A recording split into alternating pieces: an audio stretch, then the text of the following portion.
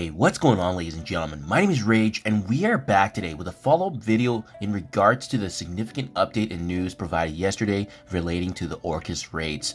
Now, in case you guys missed the news, let me just recap it for you real quick, but I wanted to make a separate standalone video because this does impact the large majority of the community now that we have confirmation of the 5 new raid teams going forward, and more importantly, how this is going to be impacting newer players and those in the mid game trying to transition to the end game. But we're kind of placed in a very precarious situation, if you will. So let me recap here, guys. So the 5 teams confirmed going forward as the 5 raid teams you should be building, especially for the highest difficulty in these new raids. ORCHIS being the new tech team. We got Hive Mind being responsible for the bio section, Extreme X-Men for mutants, Night Stalkers, which is completely brand new as well, for Mystic, and then last but not least, Spire Society for the skill section of these nodes. Now, in case you guys are still newer and not understanding this, typically with these nodes that we've seen in the past, they're usually broken up into the 5 different traits, right? That's why it's important to have one team for each of these traits, because they're basically required for each of those sections. Otherwise, you're not able to go through it.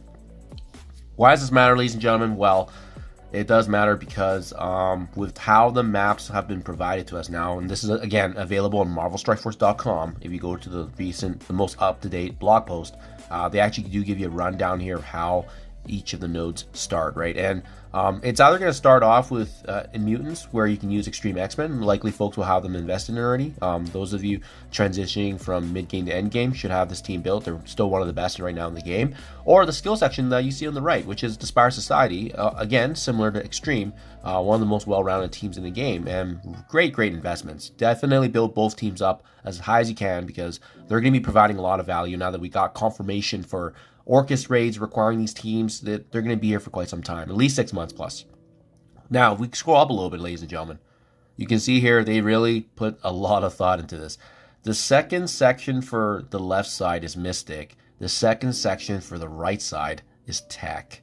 And then it's even worse, right? If I scroll up a little bit more, the third section then for the left side is Tech, and then the right section is going to be Mystic here for the third. So it was honestly purposely intended, but essentially they've put some pretty big bottlenecks here for these higher level raids, because they've put the 2 newer teams in the middle of the actual new raids, which means that we're going to be requiring a bit of strategy here to work around this, because not only is this going to be a potential bottleneck for most folks getting these new teams unlocked, first of all, to get to the content, but most players may not have access to this until the until the characters get released, and then you build them up and then you use them for raids. You're going to be gated. You're going to be essentially raid gated by either Mystic or Tech until these new teams are out.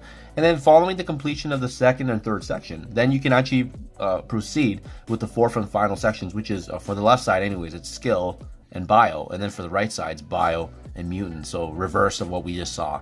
But yeah, that's essentially the rundown of it, guys. So that's why I wanted to bring this to your attention, because they did some very methodical thinking here. Obviously, they thought a lot about how they should be structuring this, so that way you can't really dodge the bio and the Tech and Mystic sections that are intended for folks to spend money and get these new teams up as soon as possible.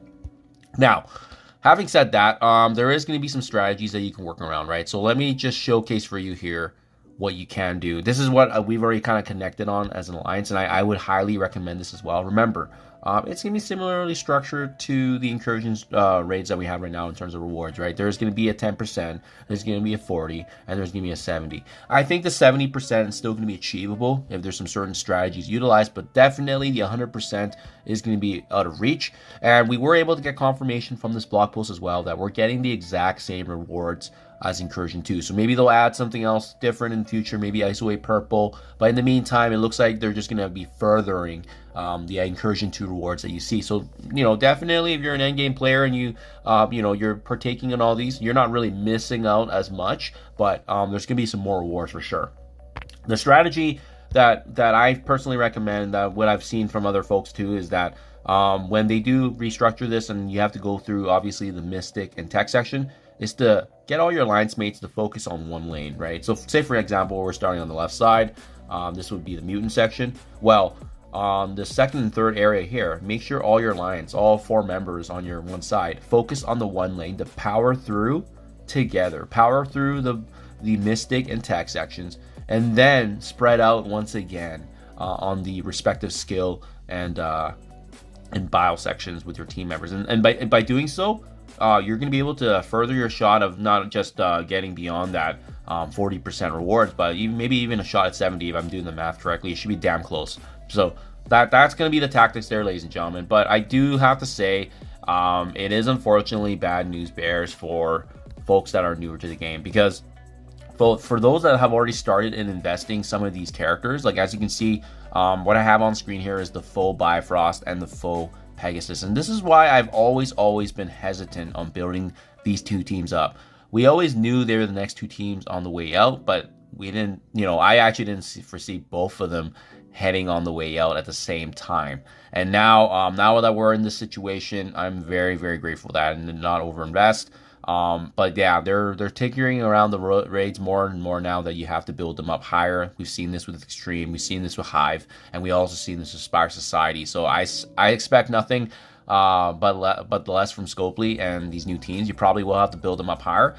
In the meantime, ladies and gentlemen, I will have to say there's still 2 safer investments that you can make in the meantime if you're not happy having to build these 2 teams up right now for incursion rates. You can employ the same strategy that I just talked about, which is maybe utilizing your alliances and focusing on just the one lane for now, even in incursion rates, right, until the new teams come out. Because now at this point, if you're in the early game to mid game, I don't know how much sense it makes to invest in these characters and teams. Having said that, what you see on screen here does work for all 3 nodes for both sections. So if you guys are trying to min-max both Tech Team and as well as Bifrost right now, this is what works. I would say Kestrel and Val, they are definitely safer, but with them being original strike characters, you'll probably still have some sort of value in the future.